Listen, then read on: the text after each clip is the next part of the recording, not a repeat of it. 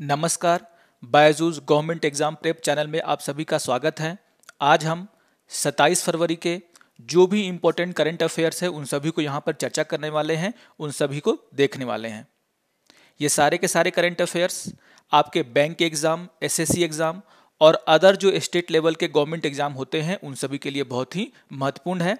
तो आइए शुरू करते हैं आज का डेली करंट अफेयर्स। आइए सबसे पहले हम नेशनल करंट अफेयर्स को देख लेते हैं।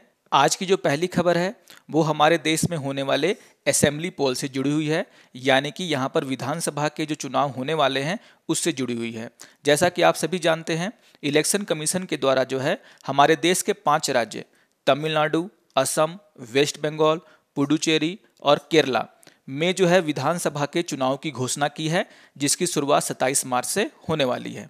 यहाँ पर जो है आपको ये ध्यान रखना है कि ये जो 5 राज्य हैं उनमें जो है टोटल नंबर ऑफ सीट्स कितनी है, क्योंकि आने वाले एग्जाम में आपसे डायरेक्ट ये क्वेश्चन पूछा जा सकता है कि तमिलनाडु में या फिर पुडुचेरी में या फिर वेस्ट बंगाल में जो है विधानसभा की कितनी सीटें हैं। तो ये बहुत ही इंपॉर्टेंट यहाँ पर एक क्वेश्चन निकल के आ रहा है कि आपको ये जो है 5 राज्यों को तो याद रखना ही है, साथ में वहाँ पर जो कॉन्स्टिट्यूएंसी हैं यानी कि टोटल नंबर ऑफ सीट्स हैं जिन पर चुनाव होने वाले हैं उन्हें भी याद रखना है। यहाँ पर जो है एक और खबर है कि वेस्ट बंगाल एक ऐसा राज्य है जहाँ पर जो है 8 चरणों में चुनाव होने वाले हैं, यानी कि वहाँ पर जो चुनाव है वो 27 मार्च को शुरू होगा और अप्रैल 29 को खत्म होगा। तो याद रखिएगा कि वेस्ट बंगाल जो है वहाँ पर 8 चरणों में चुनाव होने वाले हैं। यहाँ पर जो है इलेक्शन कमीशन ऑफ इंडिया के द्वारा ये भी बताया गया है कि 2 लोकसभा की ऐसी सीटें हैं जहां पर जो है बाईपोल होने वाले हैं, यानी कि किसी वजह से ये सीटें खाली हो गई होंगी जिनका जो है उपचुनाव जो है 6 अप्रैल को होने वाला है। आपको इन सीटों के नाम भी याद रखने हैं और ये सीटें कौन सी हैं, तो एक है केरल की मल्लापुरम और दूसरी है तमिलनाडु की कन्याकुमारी। तो याद रखिएगा कि 2 लोकसभा की सीटों पर भी उपचुनाव होने हैं और उन सीटों का नाम यहाँ पर मैंने आपको दे दिया है, जिसे आप नोट कर लें। आइए बढ़ते हैं अपने अगले न्यूज़ की ओर, जहाँ पर जो है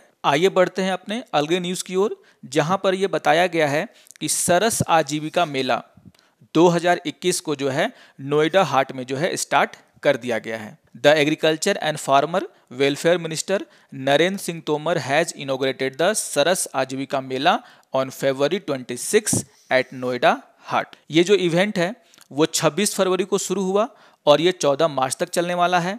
और यहाँ पर जो है देश की जो है 300 से ज़्यादा जो सेल्फ हेल्प ग्रुप हैं, SHG से हम शॉर्ट में कहते हैं, इसके अलावा जो क्राफ्टमैन हैं जो कि हमारे देश के बहुत सारे स्टेट से बुलाए गए हैं, उनको यहाँ पर जो है पार्टिसिपेट कराया गया है।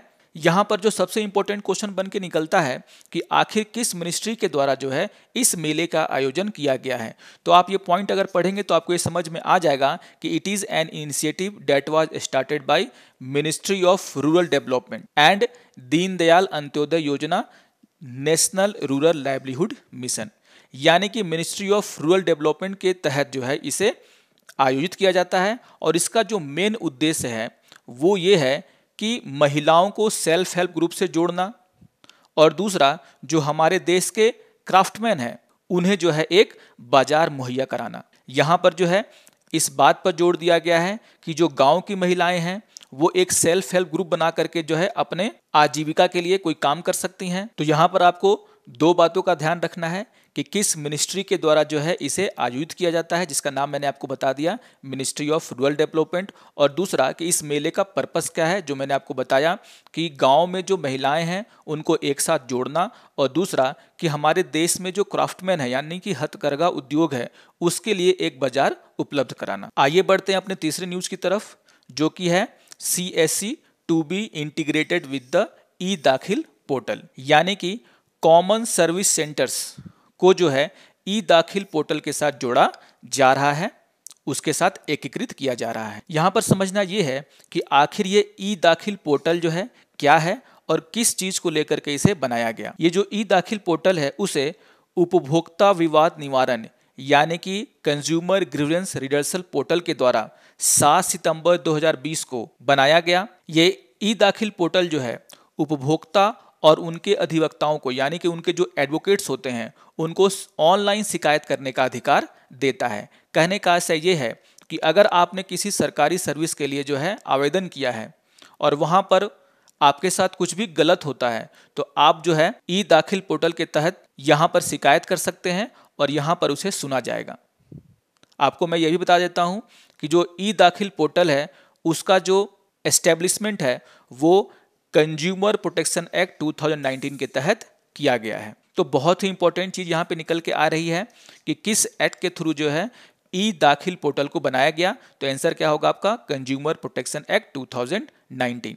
और जैसा मैंने आपसे कहा कि इस पोर्टल का जो है एकमात्र उद्देश्य ये है कि जो भी सर्विसेज हैं वो ठीक से जनता तक पहुंचे और अगर जनता की कोई शिकायत है तो वो आसानी से जो है ऑनलाइन अपनी शिकायत कर सकें, जिसका जो है समाधान सरकार के द्वारा किया जाएगा। खबर ये है कि इसी ऑनलाइन पोर्टल के साथ जो है कॉमन सर्विस सेंटर्स को जो है जोड़ा जा रहा है, यानी कि और भी जो सर्विसेज सरकार के द्वारा जनता को दी जा रही हैं उन सभी सर्विसेज को ई दाखिल के साथ जोड़ा जाएगा। अब जनता को सरकार के द्वारा दी जा रही किसी भी सर्विसेज की शिकायत करनी है तो वो ई दाखिल पोर्टल के तहत इसकी शिकायत कर सकता है। आइए अब कुछ इंटरनेशनल न्यूज़ को भी देख लेते हैं। B.1526 ये कोई कार्ड का नंबर नहीं है, एक्चुअली में जो है यह एक नए कोरोना वायरस के वेरिएंट का नाम है। याद रखिएगा कि अमेरिका के न्यूयॉर्क शहर में जो है एक बहुत ही घातक कोरोना वायरस के नए वेरिएंट का पता चला है, जिसका नाम वैज्ञानिकों ने रखा है B.1526। जैसा कि हम सभी जानते हैं कि कोरोना वायरस ने पूरी दुनिया में तबाही मचाकर रखी है, तो इससे जुड़े जो भी इंपॉर्टेंट न्यूज़ अगर आते हैं तो उसे आपको क्या कर लेना है, थोड़ा सा ध्यान से देख लेना है, आपको नोट कर लेना है। यहाँ पर ये वेरिएंट इसीलिए इंपॉर्टेंट हो जाता है क्योंकि कोलंबिया यूनिवर्सिटी के द्वारा यह बताया गया है कि ये जो वेरिएंट है कोरोना वायरस का, यह जो है वैक्सीन के द्वारा उत्पन्न किए गए इम्यूनिटी को भी जो है कम करने का ताकत रखता है। तो यहाँ पर याद रखिएगा इसका नाम B.1.526। आइए बढ़ते हैं अपने दूसरे इंटरनेशनल न्यूज़ की तरफ।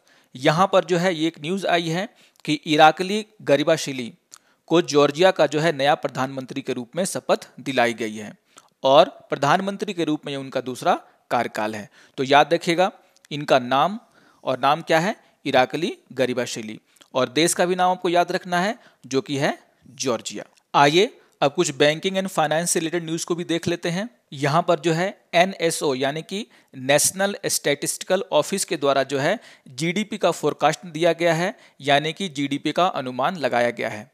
तो आइए देखते हैं कि NSO के इस फोरकास्ट में क्या महत्वपूर्ण बातें हैं। NSO के अनुसार the Indian economy will expand by 0.4% in the December quarter, यानी कि जो दिसंबर का क्वार्टर है उसमें जो है भारत की इकोनॉमी 0.4% की दर से बढ़ी है। यहाँ पर यह भी बताया गया है कि फाइनेंशियल ईयर 2020-21 में जो है भारत की जो GDP है वो 8% के दर से जो है गिरेगी, यानी कि NSO proposes a deeper 8% contraction in year 2020-21।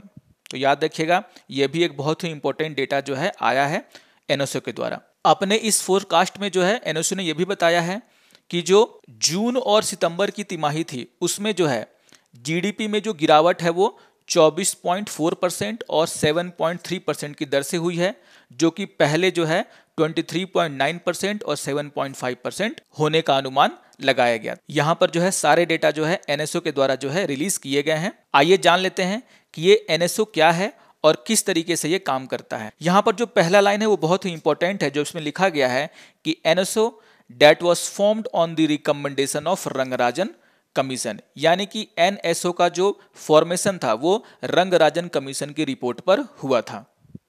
दूसरी बात यहाँ पर बताई गई है कि जो NSO है वो NSSO यानी कि नेशनल सैंपल सर्वे ऑफिस और CSO यानी कि सेंट्रल स्टैटिस्टिक्स ऑफिस से जो है मिलकर के बना है, और यह NSO जो है वो मोस्फी यानी कि ministry of statistics and programme implementation के अंदर काम करता है। तो ये सारी चीज़ें बहुत ही इंपॉर्टेंट हैं, खास करके ये कमिटी का नाम, जिसका नाम मैंने क्या बताया, रंगराजन कमीशन, और दूसरा कि किन दो और ऑफिसेस को मिला करके NSO की स्थापना की गई।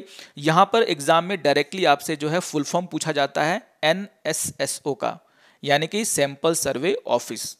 दूसरा है CSO यानी कि सेंट्रल स्टैटिस्टिक्स ऑफिस, और ये भी आपको याद रखना है कि NSO जो है किस मिनिस्ट्री के अंदर काम करता है, इसे जो है शॉर्ट में हम लोग मॉस्फी बोलते हैं और फुल फॉर्म क्या होता है, ministry of statistics and programme implementation. इन सारी महत्वपूर्ण बातों को आप लोग याद रखिएगा, एग्जाम में हर पॉइंट से क्वेश्चन यहाँ पर बनाए जा सकते। आइए बढ़ते हैं अपने दूसरे न्यूज की तरफ। यहाँ पर न्यूज ये आई है कि Shantanu Mitra appointed CEO and MD of Fullerton India credit company, यानी कि शांतनु मित्रा को जो है यहाँ पर फॉल्ट्रन इंडिया क्रेडिट कंपनी का जो है CEO चुना गया है। आपको मैं बता दूं कि फॉल्ट्रन इंडिया क्रेडिट कंपनी जो है एक NBFC है, यानी कि नॉन बैंकिंग फाइनेंशियल कंपनी है। तो आपको जो है ये याद रखना है इनका नाम, क्योंकि आने वाले बैंक के जो भी एग्जाम है यहाँ पर ये पूछा जा सकता है कि फॉल्ट्रन इंडिया क्रेडिट कंपनी के जो है CEO का नाम क्या है। तो याद रखेगा शांतनु। आइए अब कुछ बुक्स एंड अवार्ड्स की न्यूज भी देख लेते हैं। यहाँ पर एक न्यूज निकल कर आ रही है कि PM Narendra Modi to get global energy and environment leadership award, यानी कि हमारे देश के जो प्रधानमंत्री हैं नरेंद्र मोदी जी, उनको जो है global energy and environment leadership award से नवाजा जाएगा। यहाँ पर समझना ये है कि आखिर किस एजेंसी के द्वारा ये अवार्ड दिया जाएगा और किस कॉन्फ्रेंस में दिया जाएगा। यहाँ पर पॉइंट नंबर जो 2 है वो आपको बता रहा है कि केयर वीक कॉन्फ्रेंस 2021, जो कि वर्चुअली जो है 1 से 5 मार्च के बीच में आयोजित होगा, और इसी आयोजन में जो है PM नरेंद्र मोदी को जो है ये अवार्ड यानी कि global energy and environment leadership award दिया जाएगा। ये जो कॉन्फ्रेंस है जिसका नाम है केयर वीक कॉन्फ्रेंस, ये जो है IHS मार्केट के द्वारा जो है ऑर्गेनाइज किया जा रहा है। और IHS मार्केट क्या है, तो एक American British information provider company है। तो याद रखिएगा, मैंने क्या कहा कि आपको ये याद रखना है कि ये कॉन्फ्रेंस जो है किसके द्वारा ऑर्गेनाइज किया जा रहा है और इस कॉन्फ्रेंस का नाम क्या है। तो केयर वीक कॉन्फ्रेंस और ऑर्गेनाइजेशन का नाम है IHS मार्केट। आइए अब कुछ स्पोर्ट्स न्यूज भी देख लेते हैं। यहाँ पर न्यूज ये निकल करके आ रही है कि 2nd addition of Khelo India winter games begin eight Jammu and Kashmir. तो यहाँ पर जो है खेलो इंडिया विंटर गेम्स का जो दूसरा भाग है वो गुलमर्ग में, जो कि union territory of Jammu and Kashmir का क्या है भाग है, वहाँ पर 26 फरवरी से शुरू कर दिया गया है। यहाँ पर फिर से आपको याद रखना है कि आखिर ये जो खेलो इंडिया विंटर गेम्स हैं इसे किस मिनिस्ट्री के द्वारा जो है आयोजित किया जाता है। यहाँ पर इस दूसरे पॉइंट में मैंने ये बता दिया है कि it is organised by the union ministry of youth affairs and sports. तो इस मिनिस्ट्री के द्वारा जो है इसे जो है आयोजित किया जाता है। याद रखिएगा कि खेलो इंडिया विंटर गेम्स जो है 2020 में शुरू किए गए थे, वो उसका पहला चरण था और ये उसका 2nd एडिशन है। तो 2 बातें आपको याद रखनी है कि किस जगह जो है इसे स्टार्ट किया गया है, और दूसरा कि किस मिनिस्ट्री के द्वारा, जिसका नाम क्या है union ministry of youth affairs and sports, उसके द्वारा जो है इन खेलों का आयोजन किया जाता है। आज है 27 फरवरी और आइए अब हम ये देख लेते हैं कि आखिर 27 फरवरी को दुनिया में और हमारे देश में किस रूप में मनाया जाता है। आज 27 फरवरी है और आइए अब हम ये देख लेते हैं कि आखिर इस दिन को जो है पूरी दुनिया में और हमारे देश में जो है किस रूप में मनाया जाता है। पूरी दुनिया में जो है 27 फरवरी को वर्ल्ड NGO डे के रूप में मनाया जा रहा है, यानी कि 27 फरवरी is celebrated as a world NGO day. अगर हम वर्ल्ड NGO डे के हिस्ट्री की बात करें तो वर्ल्ड NGO डे को जो है सबसे पहले 2010 में मनाया गया था और इसे मनाने वाले जो कंट्री थे वो बाल्टिक कंट्री थे। तो आपको ये याद रखना है कि सबसे पहले जो है वर्ल्ड NGO डे को जो है 2010 में बाल्टिक नेशंस, जिसमें 12 मेंबर हुआ करते थे, उनके द्वारा मनाया गया।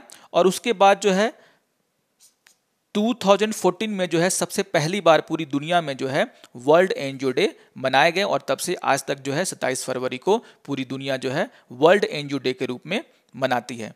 तो 2 बातें आपको याद रखनी यहाँ पर कि सबसे पहला जो है वर्ल्ड NGO डे, यानी कि इसकी शुरुआत कहाँ से हुई और कब हुई, तो आपको याद रखना है 2010, जो कि बाल्टिक कंट्रियों का जो एक समूह था जिसमें 12 देश शामिल थे, उनके द्वारा यह मनाया गया। और आगे चल करके पूरी दुनिया ने जो है 2014 से जो है 27 फरवरी को वर्ल्ड NGO डे मनाना शुरू किया। यहाँ पर जो है वर्ल्ड NGO डे मनाने का एकमात्र कारण ये है कि लोगों के बीच में जो है NGOs को लेकर के जानकारी बढ़े और लोग जो है इन NGOs से जुड़े। हमारे देश में 27 फरवरी को गुरु रविदास जयंती के रूप में सेलिब्रेट किया गया। यह बहुत ही इंपॉर्टेंट है कि पूरी दुनिया में 27 फरवरी को वर्ल्ड NGO डे के रूप में और हमारे देश में जो है 27 फरवरी को गुरु रविदास जयंती के रूप में मनाया जा रहा है। हम सभी जानते हैं कि संत रविदास ने जो है जाति प्रथा को हटाने के लिए, उसकी बुराइयों को कम करने के लिए बहुत सारे काम किए।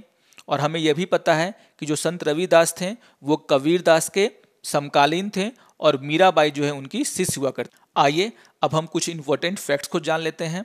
जैसा कि मैंने आपको पहले ही बताया कि इलेक्शन कमीशन ऑफ इंडिया के द्वारा जो है 5 राज्यों में जो है इलेक्शन की जो है घोषणा की गई है।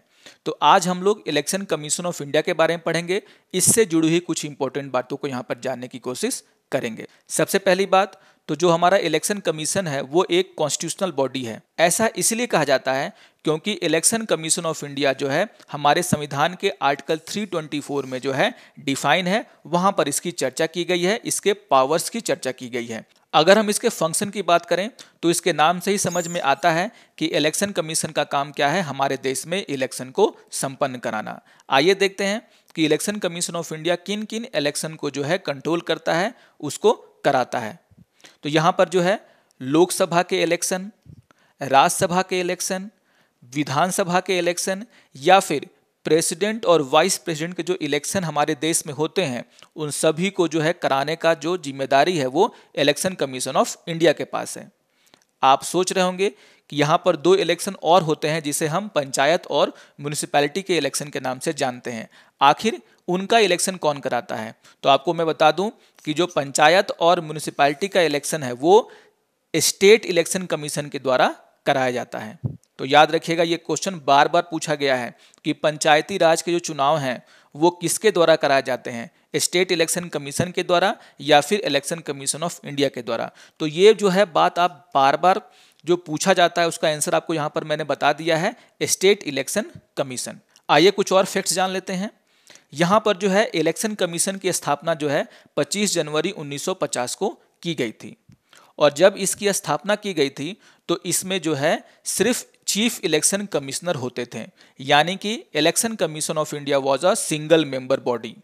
लेकिन अभी आप सभी जानते हैं कि इलेक्शन कमीशन में जो है 3 मेंबर होते हैं। एक होते हैं चीफ इलेक्शन कमिश्नर और उनकी सहायता के लिए जो है 2 इलेक्शन कमिश्नर की नियुक्ति होती है, यानी कि जो एक सिंगल मेंबर बॉडी था कभी वो एक मल्टी मेंबर बॉडी में जो है कन्वर्ट हो। आइए इस बात को भी जान लेते हैं कि आखिर वो क्या कारण थे जिससे कि इलेक्शन कमीशन में जो है सदस्यों की संख्या बढ़ानी पड़ी। यहाँ पर एक बहुत ही इंपॉर्टेंट अमेंडमेंट को आपको याद रखना होगा जो कि है आपका 61st अमेंडमेंट। यहाँ पर जो है ये 61st अमेंडमेंट 1989 में किया गया था और इस अमेंडमेंट के तहत जो है वोटिंग की जो एज है इंडिया में 21 साल से घटा करके 18 साल कर दी गई थी, यानी कि लोकसभा और विधानसभा के चुनाव में जो इलेक्शन जो वोट देने वाले लोगों की जो उम्र है उसे जो है 21 साल से घटा करके 18 साल कर दिया गया था। अब हुआ ऐसा कि आने वाले चुनाव में जो है वोटर लिस्ट को क्या करना था, अपडेट करना था। मतलब वो लोग जो कि 18 साल के हो चुके थे उनका नाम जो है वोटर लिस्ट में ऐड करना था, क्योंकि चुनाव भी होने वाले थे लोकसभा के। यहाँ पर जो है ये एक बहुत ही महत्वपूर्ण काम था और जो कि बहुत ही तेजी से करना था। तो यहाँ पर जो है प्रेसिडेंट के द्वारा जो है इलेक्शन कमीशन में जो है 2 एडिशनल कमिश्नर की जो है नियुक्ति कर दी गई। यहाँ पर देखिए लिखा हुआ है, for the first time 2 additional commissioner were appointed on 16 October 1989 but they had a very short tenure till 1 January 1990। मतलब यहाँ पर जो काम बढ़ा था इसको पूरा करने के लिए जो है राष्ट्रपति के द्वारा 2 एडिशनल कमिश्नर को जो है यहाँ पर नियुक्त किया गया और बाद में 1993 से जो है परमानेंटली जो है 2 एडिशनल इलेक्शन कमिश्नर को यहाँ पर अपॉइंट किया जाने लगा। तो याद रखिएगा ये बात समझने के लिए कि आखिर वो क्या कारण थे जिसके कारण जो है एक सिंगल मेंबर बॉडी को मल्टी मेंबर बॉडी में बदल दिया गया, तो आपको सबसे पहले 61st अमेंडमेंट को याद रखना होगा।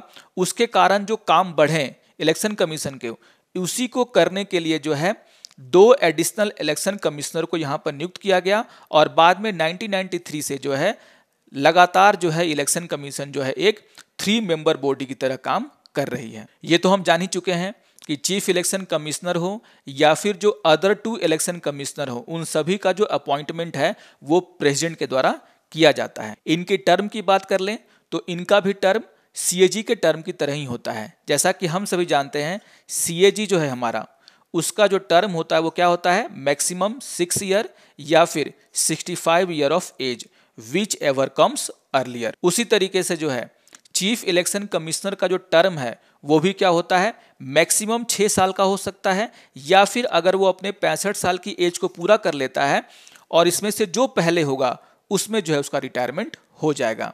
इसको समझाने के लिए मैं आपको एक एग्जांपल लेता हूं।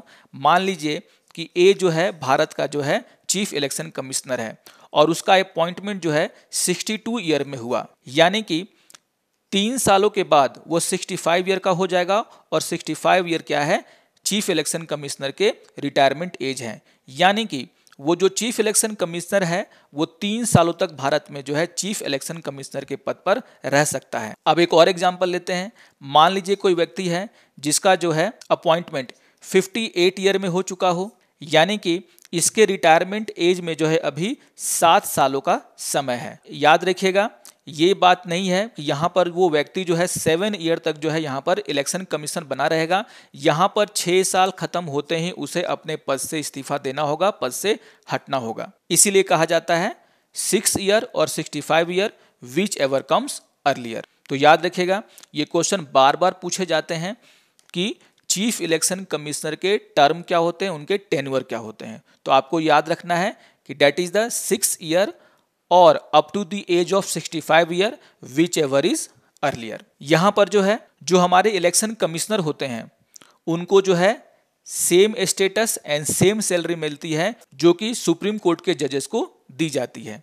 तो याद रखिएगा कि अगर आपसे कोई भी पूछे कि चीफ इलेक्शन कमिश्नर का सैलरी जो है क्या होता है, तो आपको याद रखना है कि इसकी सैलरी जो है, और यहाँ पर संविधान में यह भी कहा गया है कि जो चीफ इलेक्शन कमिश्नर है उसको जो हटाने की जो प्रक्रिया है वो जज के हटाने की प्रक्रिया के बराबर होगी। जैसा कि हम सभी जानते हैं कि हमारे देश में जो है जजेस को जो है बहुत ही मुश्किल तरीके से हटाया जाता है, जिसे हम कहते हैं इम्पीचमेंट प्रोसेस, और ये प्रोसेस जो है बहुत ही क्या है, टफ होता है। उसी तरीके से जो है अगर आपको किसी भी चीफ इलेक्शन कमिश्नर को उसके पद से हटाना है तो उसे भी इम्पीचमेंट प्रोसेस के थ्रू हटाया जाएगा, और जो प्रोसेस है वो सुप्रीम कोर्ट के जज के हटाने के प्रोसेस के क्या होगा, बराबर होगा। तो याद रखिएगा कि chief election commissioner can be removed from office only through impeachment of parliament. बहुत लोगों के मन में यह आशंका होती है कि सर चूंकि इलेक्शन कमीशन में 3 मेंबर हैं तो वहां पर फैसले कैसे लिए जाते होंगे, क्या जो चीफ इलेक्शन कमिश्नर बोल देता है वही माना जाता है या फिर तीनों जो है मिलकर के फैसला लेते हैं। तो मैं आपको बता दूं कि पावर और सैलरी तीनों की क्या होती है, सेम होती है, लेकिन एक संगठन का कोई एक ही क्या हो सकता है, हेड हो सकता है। इसीलिए इन तीनों में से जो वरिष्ठ होता है उसे हम क्या बोल देते हैं, चीफ इलेक्शन कमिश्नर। लेकिन फैसला लेने में तीनों की क्या है, बराबर भूमिका है। कहने का आशय यह है कि अगर किसी बात को लेकर के कोई फैसला लेना है तो यहाँ पर या तो आम सहमति बनाने की कोशिश की जाएगी, अगर ये आम सहमति नहीं बन पाती है तो वोटिंग होगा, और जिधर 2 लोग हो जाएंगे उस बात को मान लिया जाएगा। यानी कि निर्णय लेने की प्रक्रिया में जो है तीनों का बराबर बराबर अधिकार होता है। इस बात को आप लोग बहुत ही अच्छी तरीके से याद रखिएगा। आशा करता हूं कि आपको जो है ये इंपॉर्टेंट फैक्ट्स समझ में आए होंगे। आइए अब आज के समाचार और जो पिछले समाचार हैं उन सभी को मिलाकर के कुछ अभ्यास प्रश्न यहाँ पर हम लोग कर लेते हैं, प्रैक्टिस क्वेश्चन कर लेते हैं। जो पहला प्रश्न है वो क्या है कि who is the chairperson of the task force on interlinking of reverse which has agreed Mahanadi Godavari link. यानी कि आपको बताना है कि वो जो कमिटी थी उसके चेयरपर्सन कौन थे जिन्होंने जो है महानदी और गोदावरी नदियों को जो है जोड़ने का फैसला लिया है।